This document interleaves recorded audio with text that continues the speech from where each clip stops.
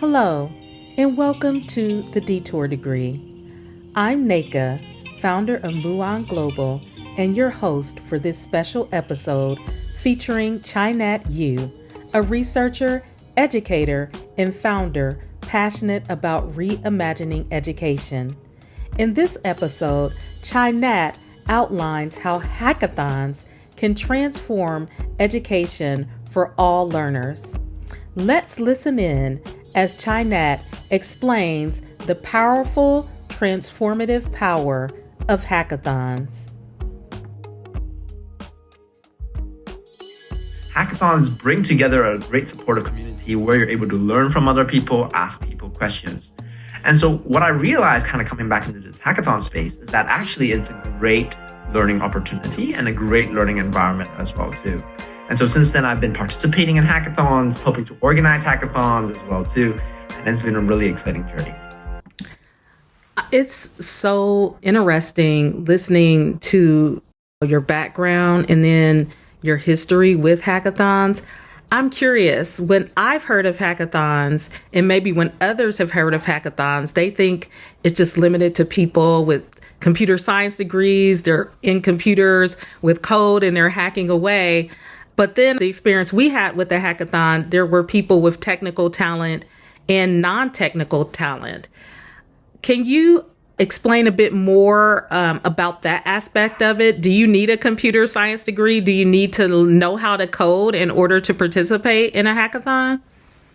Not at all. And I think that is the beauty of hackathons, not only in itself, but the amazing transition that I've been seeing hackathons going through over the kind of past decade. So when hackathons first initially came out earlier on, they were more targeted towards engineering students. Like its name, how its name stems from, hackathon, right? A lot of it, people think about it associated with traditional hacking experiences where you try and get into a computer system or find a bug or find how you potentially get into a system. But the reality is that over time, this hackathon concept has evolved into beyond just hacking into a system, but rather how do you hack together different systems to build something new. And while it's initially started off being really engineering heavy and focused and orientated, what we've seen over the past decade is this shift towards a much more richer and diverse multidisciplinary participation in these hackathon events. It's great. Yeah. These kind of, No, sorry for interrupting. Yeah, I said by bringing in these kind of outside expertise, folks who might not have these traditional engineering experiences, and folks who have more traditional engineering experiences, together we are able to kind of create something new and create things that have very lasting value. And what excites me the most right now is seeing this wave and rise of different generative AI tools that frankly has made low code and no code platforms a lot more accessible for non-technical folks as well too. That has been empowering a lot more people to be able to become builders themselves. So when you're planning or designing a hackathon, do you include like the Gen AI tools that you recommend, or is it something that the different people bring to the table? Like, this is my preferred tool. And while you're answering that question, this is going to be a two-parter. How do you design a hackathon so that students or learners or just participants in general of all backgrounds and skill levels can participate? So it's kind of a twofer there. Yeah, thank you for that great question. I think that right now, hackathons are seeing a new shift as well in terms of the paradigm. So traditionally, you can think of hackathons as having multiple stakeholders. On one hand, you have sponsors. These are companies like Google, Microsoft, and other large tech companies who might have software products and software that they want people to be able to kind of use and build projects on top of. On the other hand, you have participants in these hackathons who kind of participate and use these technologies to build up these projects, and they submit it to the hackathon. And so traditionally, what ended up happening is that a lot of this kind of software is going to be provided by these kind of sponsors company, and they would often provide the mentors and the technical expertise as well too.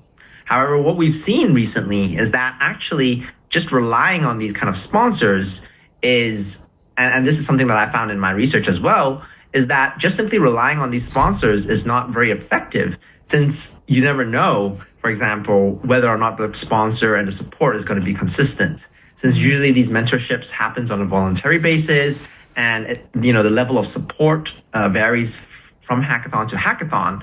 Often for a lot of novice hackers, it's very difficult for them to be able to kind of find a way to actually build a project. And unfortunately, I've heard of cases where, first hackers who are super excited about this opportunity, unfortunately not getting the support and the help that they were able to do so. And so, which is why I think that when we think about designing a really truly accessible hackathon, we have to provide some baseline scaffolding in terms of resources that we are able to kind of support students to encourage them to be able to build that project.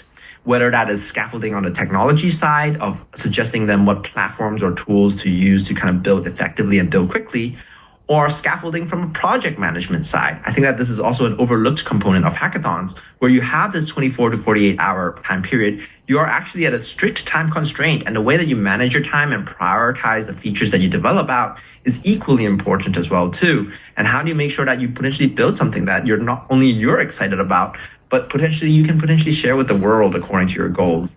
And so, which is why I've been thinking about how do we shift hackathons from being in a much more informal learning space, traditionally organized by like students, organizations, or by, individual companies, organizations, into something that can be operated on a more formal learning space, whether that is as like a final project in a class, or perhaps in working more closely with different kind of curriculums to make sure that this opportunity of innovation exists there as well too. And my solution for that is been my master's research thesis, which was building out this platform called MentorMates to help provide students with sufficient scaffolding, support, as well as feedback. So is MentorMates also one of the companies you founded, or is it just a program? Yeah, so MentorMates is a platform that I built as part of my master's research thesis that essentially captures a lot of the findings that I found at hackathons, which is the fact that there is a lack of feedback between different hackathons participants. There's a lack of engagement and peer feedback, and trying to address that solution by providing something that would encourage that better learning experience. And it's interesting that you mentioned feedback. And another thing that you mentioned as well is the potential for hackathons to be used as a final project. Do you think that a hackathon could be one of the solutions to the cheating problem that we're hearing so much about with Gen AI, and everyone's, using some type of chat bot to help them now? Oh, certainly so. And I think that what we see right now is this transitioning in terms of learning and education, rather than just being in traditional kind of learning environments where it's just at a controlled, fine environment, like where you would normally take a test, into something more dynamic, where you can test these students and learners that are more similar to what the real world environment is like. And frankly, I think that hackathons is the perfect environment to provide this, because you still have the kind of time constraints of 24 to 48 hours or however long you decide to set this event to be. But at the same time, you also level the playing field by making it kind of open to students to be able to work on individual projects and have an overall assessment and criteria as well too, to gauge the students what they kind of produce. That's interesting. I know I can imagine myself as a teacher, because I was absolutely crazy. When you're different and you're transformative, sometimes it's scary. But I know that in the years that I did teach, I was in the classroom, I transitioned to district administration, that I would have tried to do something like a hackathon, just because I feel like it almost is a elevation of like that Shark Tank model almost, where, kids are coming together and kind of coming up with businesses and they're pitching them. This is like an elevation of that. So it's amazing. What is one surprising or impactful idea that you've seen come out of a hackathon? Ooh, the number of ideas that I've seen have been a lot. Okay. I think One of the ones, my favorite ones, is from the AI and Learning Differences hackathon that we organized. The winning team, they looked at students with learning differences. And not only how do we support these kind of students, but how do we support these students' parents as well? And so what they built was this platform where if you're a parent of a student with learning differences, then you can potentially upload whatever administrative documentation that you need onto the platform, and it would explain to you what you actually need to do, what documents you need to actually fill that out. And I think catering to these different stakeholders is one of the most important things that I've seen at these different kind of hackathons, where folks are able to leverage their understanding of the problem to really be able to kind of build something out. To draw upon one of the past examples of a project that I built previously, I built this project called Grand Connect, which was how do you connect yourself with your grandparents. And what we found at that time was that due to, either language barrier, time differences, and just lack of prompting, unfortunately, for me as an international student studying abroad, I did not communicate as frequently as I wanted to with my grandparents. And so we created this text bot that would essentially text you every other day around 3 questions and 3 conversation starters that you can have with your grandparents.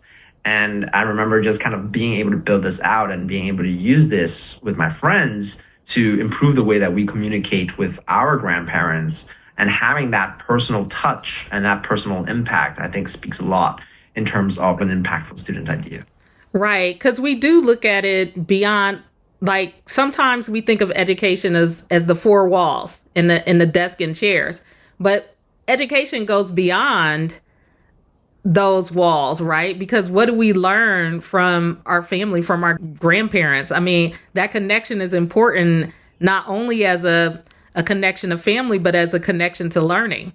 I don't know about you, but the lessons that I've learned from going back to my grandfather, who I never met, but just his history in terms of my grandparents and then my parents, has been instrumental to how I live my life. Is that the same for you?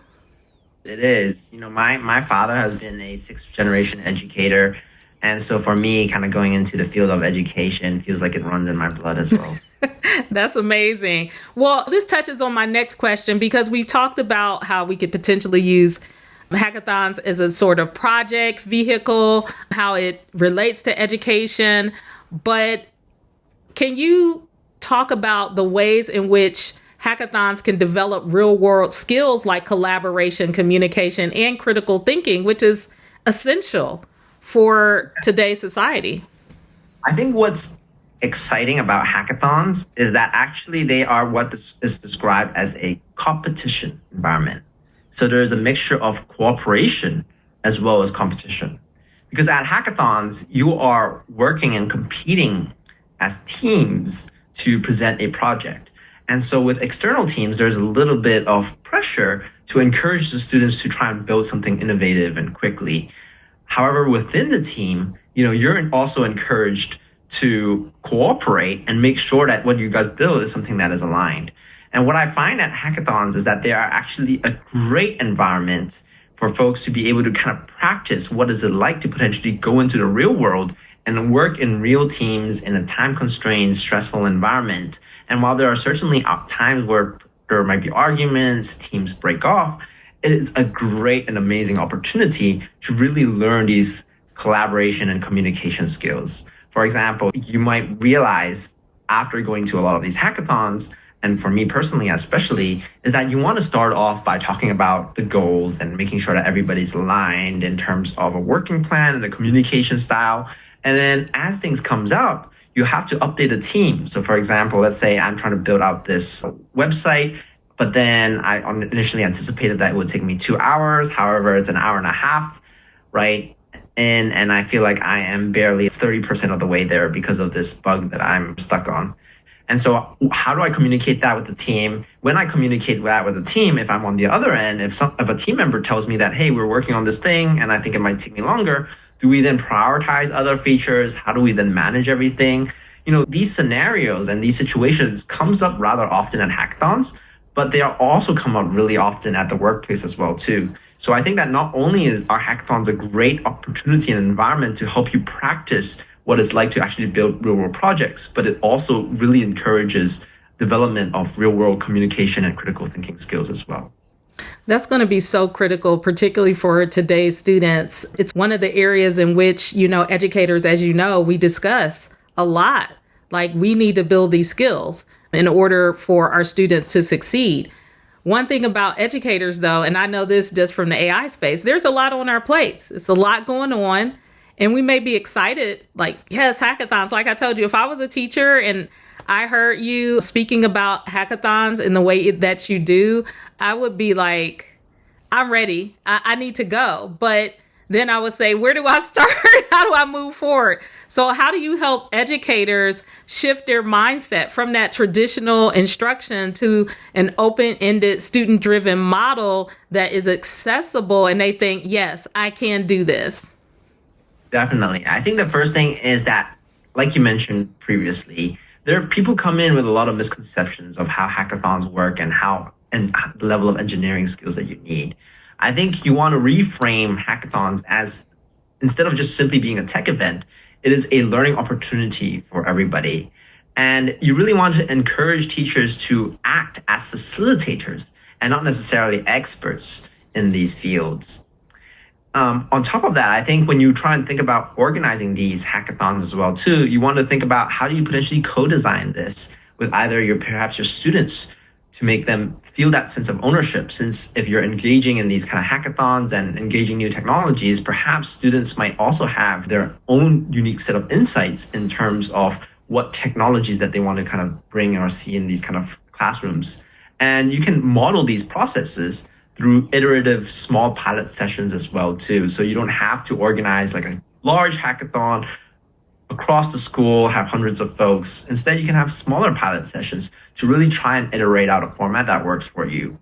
But yeah, I think that these are my kind of general advice. There are a lot of resources that are available online about hackathons as well, too, and hackathon organization. And I hope that perhaps if you're interested, some of my research can also be in help as well, too, in terms of guiding you and thinking about how can you launch your own hackathon. I believe you shared some links that I can include in the production notes that people can visit for more information, correct? Well, certainly so. What advice would you give to a school or a district who wants to launch their first education-focused hackathon? Because it's summer, a lot of people might be planning, and this may be something they think, maybe I want to try this.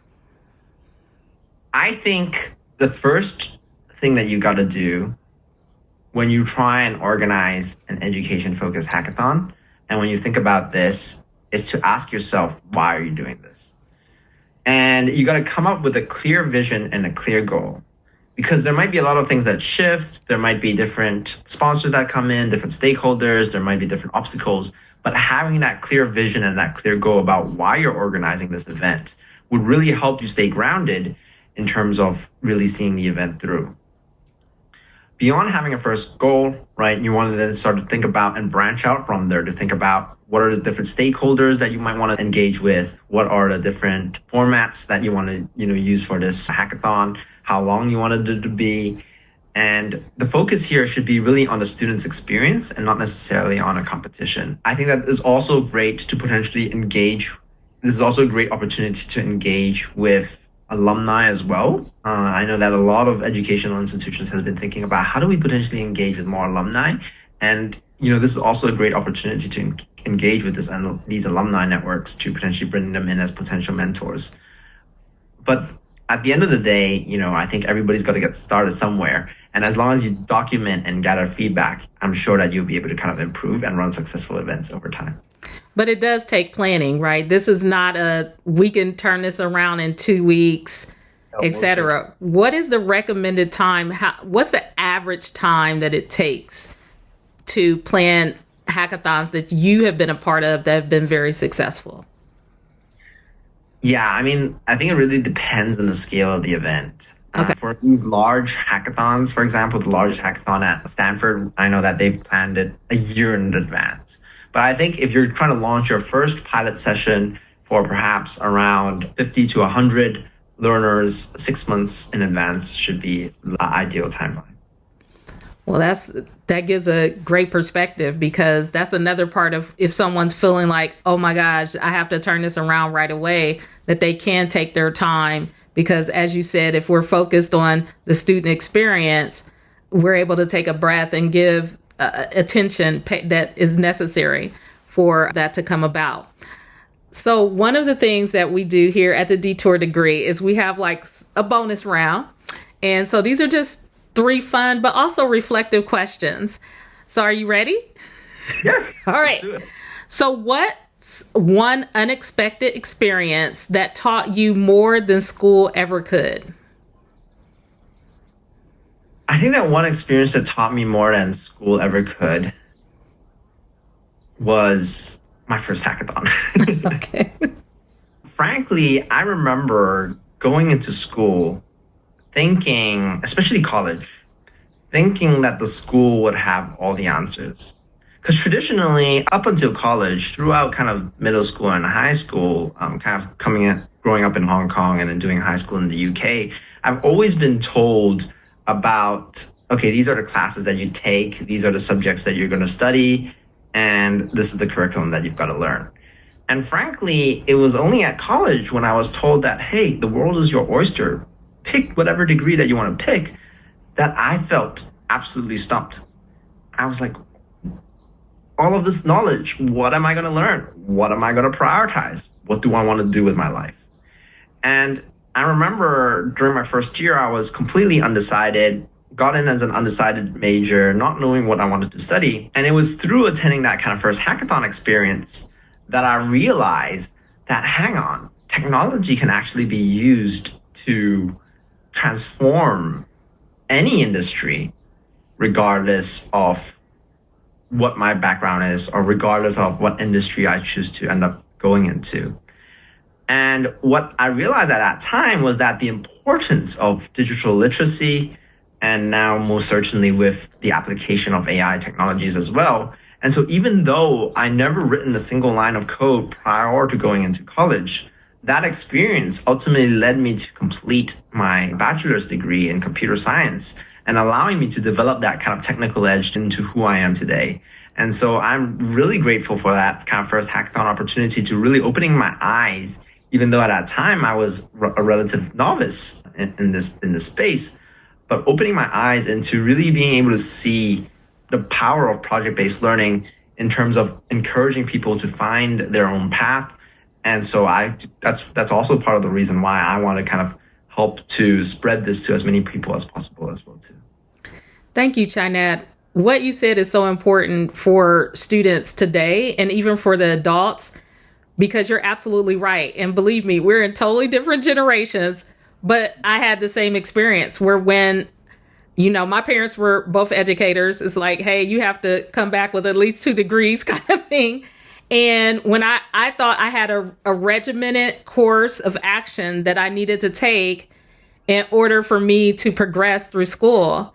And when I found that there were multiple possibilities, I was actually overwhelmed for a little bit. Like, I couldn't believe, like, there's other things that I can do and still have a successful pathway. So to hear that reaffirmed, I think more people need to hear that, because I think that would take a lot of stress off of people if they felt like, okay, I can experience some things. Like, it's okay, and you'll still find your path.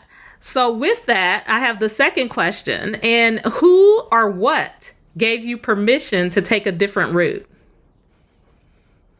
That's a great question. And I think the answer to that is myself. And the reason why I say myself is because I remember very clearly coming out of my undergraduate into my graduate degree that I was working on this program called Quest to Learn, which was to teach students about AR and VR lab science education. I was very fortunate to be able to get into Carl Wyman's lab here at Stanford University to do research under him. Carl Wyman, for context, he is the creator, Nobel laureate, and the creator of PhET simulations, which is the grandfather of all science simulations.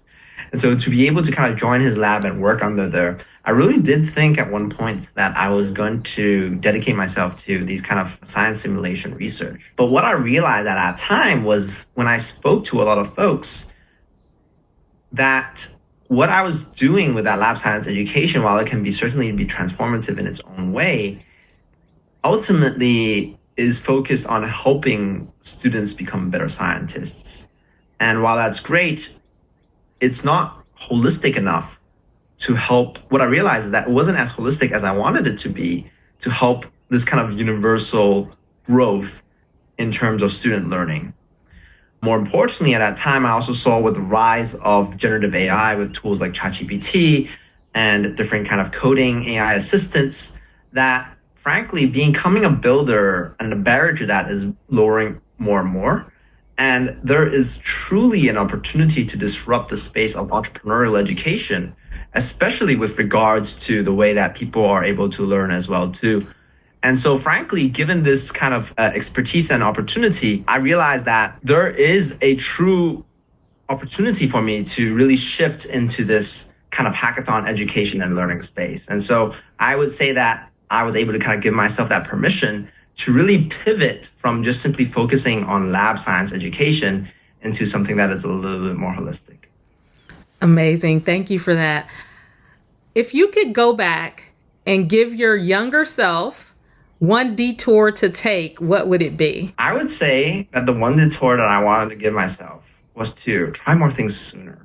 Going into doing my high school in the UK made me realize that going to study something that was very specialized during my A-levels, which was kind of like 4 subjects at that time, which was history, math, further maths, economics, and what I realized at that time was that I thought that I had to pick one of these kind of 4 sectors. And I realized, and thinking back now, there was an opportunity when I was much younger to explore computer science, since I had some friends at that time who was trying to build a commerce website. And looking back now, when I stared at the screen, it looked like the code that they were writing was like the green lines on the matrix running. And frankly, I think that that's so far from the truth. I wish that I had the opportunity to really, truly explore these technologies much earlier on. And looking back now, I think that especially now at this moment, with these kind of AI tools, it is ever the more timely for us to be able to kind of explore the space. Yeah, that's interesting because many of us, again, why it's called a detour degree, sometimes we look back and say, there's this moment. So I appreciate you for sharing your moment with us. I do have one final question. You talk a lot, and I know a lot of your experience with hackathons is in the higher education space. Have you had any experience with hackathons in the K through 12 education space? And if so, what has that experience been like? And if not, are there any particular differences that you think that a K through 12 educator would have to take in order to make a hackathon work? Yeah, I think so. I have not personally explored a lot of the K through 12 space just because of the way that these kind of hackathons traditionally operate. They usually encourage folks to be at least of age so that there isn't any liabilities or concerns regarding kind of student participations, especially if they're kind of going to an overnight event. But I think that the main difference with K through 12 space is providing more scaffolding and support for students, whether that is starter packs, starter kits, to make sure that, and I think that that's why having something like MentorMates to kind of provide that support and provide a curriculum or provide like the guidance around the tools is even more important, since students at that kind of age would provide perhaps benefit from having this kind of support and scaffolding as well. But for me, on a personal level, my dream has always been to start a K through 12 school that would run hackathons. And the way that I envision this is that I want to kind of combine it with a personal hobby of mine, which is the fact that I love playing board games. Oh, what's your favorite board game? What's my favorite board game? Oh, there's this game called Ascension Tactics. Okay. It's like a really nerdy game where like you have these like figurines and it's controlled using like your personal deck. And it was like a really obscure game. I remember I bought it and it's sitting on my shelf for a whole year before I pulled it out with a friend, and we absolutely loved it. It's my all-time favorite. But kind of going back to what I was talking about, like I envision a future where there would be a school where every student assignment that student works on is not necessarily just answering a list of questions, but playing out a board game, right? Imagine if you can use AI to on the fly figure out what the student's interested in, what they've got to learn today, and different kind of popular games, and then use AI to generate like a board game to actually teach them those underlying kind of learning concepts, and use AI to generate all the art and assets to kind of create that experience for them. And instead of just going into a traditional exam where you have to answer an essay by sitting in a room, what if you have an environment, you have an escape room for a student, right? Where you take the exam material and you convert that into an escape room experience where you can then have students work in groups to try and escape in 60 minutes. And not only will you be able to understand how the students are interacting and solving problems on an individual level, but you will also be able to monitor how they interact with other students as well too. And I think that, and if you don't escape the escape room, that's okay. You can try another escape room, the next day. But I think that shifting that mindset of just having education being something that is got to be monotonous or more traditional to something that is more creative and more fun is the vision that I have. And for this kind of school that I envision myself hopefully being able to start one day and envisioning is that, students would essentially co-design these board games and these escape rooms. Imagine if you co-design, each student designs a board game that they then hand it to the next student to play as an assignment. Or each student designs an escape room that they actually get to implement that is the test of another student, right? And as teachers, our role is then to kind of be a facilitator. I think that would be the best school ever. And I can't wait to be able to play all my students' board games and play all their escape rooms. I think it's going to be super fun. Okay. I will turn into a kid again to come here at school. Like, she looks very mature. I think you're right. And the time is right. I mean, education is shifting. Exactly. And with these technologies, I think what we've seen with the Bloom's Two Sigma problem is that, frankly, like having these kind of personalized education is proven to have like really encourage and grow students' kind of learning capabilities. And I think one of the biggest things that I see right now within the way that AI is spoken within the education space is how do we accelerate current existing workflows? Like, how do we get an AI to be an auto grader? Or how do we get AI to help, build out this traditional curriculum without really thinking from the ground up how AI can truly fundamentally transform this educational experience? And I think of having a vision like, hey, use AI hackathons to encourage students to design board games that they play as an assignment with each other student, right? That is something really truly redesigning the educational experience from the ground up with AI, right? And I think that just blends in all the different kind of cutting edge learning pedagogies as well too, in terms of how do we encourage active learning, reducing students' cognitive load, germane cognitive load, and really encouraging students to think in creative and critical thinking ways and operate in an environment that would be more similar to what it would be like in the real workforce. And so, frankly, that's something that I'm truly excited about, is that how AI can really transform education from the ground up. And I see hackathons as the conduit to that. Well, I agree with you. And that's why I'm so happy that you were able to come to the Detour degree and to talk about hackathons. I can see your excitement. I can hear your excitement. And I truly believe that it can help transform. And I hope that you continue toward your success. And I will be watching. And I hope others will as well. Any final words for the audience today, Chinat? Yeah, I mean, please do run and organize your hackathon. And if you want to talk to somebody about running the hackathon, I'm more than happy to have a chat and conversation. If you're thinking about starting a hackathon and you don't know where to start and you just want to hop on a call with somebody, I'm more than happy to kind of help provide any kind of guidance and assistance that I may. And I'll make sure your links are in our show notes.